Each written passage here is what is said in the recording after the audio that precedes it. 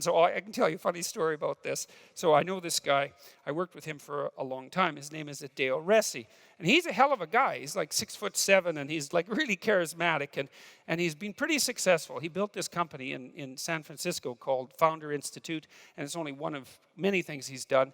And it's operating in 165 cities. It's a school to teach people how to be entrepreneurs. He's trying to export Silicon Valley, what would you call it, know-how, technological and financial, to the rest of the world.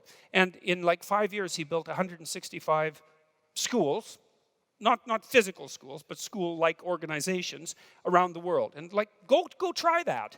Like, that's really hard, you know? Just to build one is hard, but to do that in multiple languages all over the world, it's bloody well impossible. And then at the same time, he built his organization, started 2,500 successful companies as a consequence of building this school. That's pretty good, you know? And he was having a rough time and was talking to me on the phone about, you know, he wasn't so happy about what he'd done with his life. And he said, geez, I compare myself with my roommate, and, you know, I've hardly done anything. And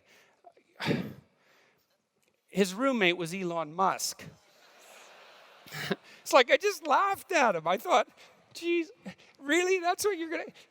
You haven't done anything compared to Elon Musk, and you're depressed about it. It's like, yeah, well, you and the rest of the planet. I mean, look, what did Musk what did he do? He invented an electric car.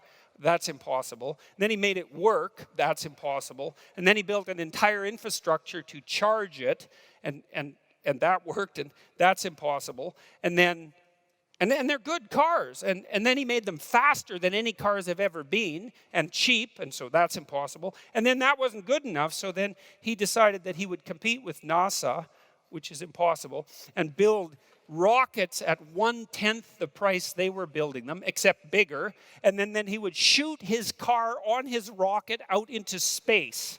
Right. And he did all that. And it's like Adeo was thinking, oh, I've hardly done anything with my life. It's like, oh. So, but my point is that, you know, primates of our type sort of have a group size that we think about as our group of about 200 people. So like on Facebook, for example, the probability that you're in something approximating reasonable, constant communication with more than 200 people is low. You just don't have the time, and you can't keep track of it. So our natural group is something like 200, and our groups tend to fragment when they get bigger than that.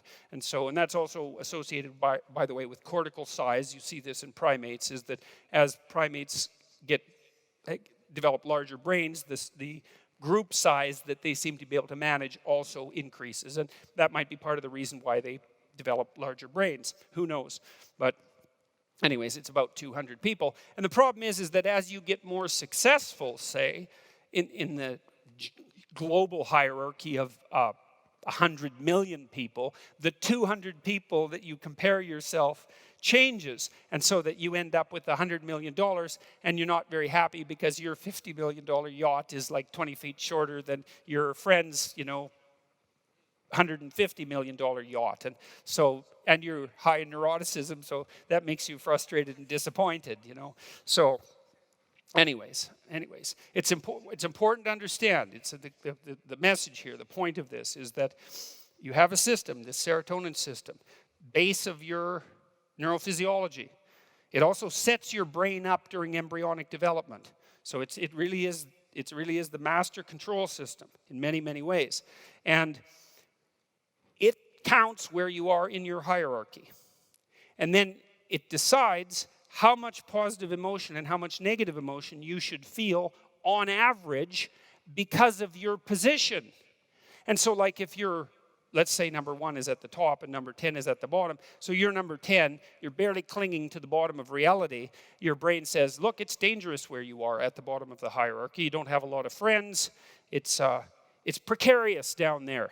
And so that means any little thing that goes wrong, any little error you make, that might be the end of you. And so you better be on guard and alert. And if something small happens, it better hurt, because it might be the straw that breaks the camel's back. And there's nothing pleasant about that. Like, of course, why would there be? Why would there be anything pleasant about a process that magnifies everything negative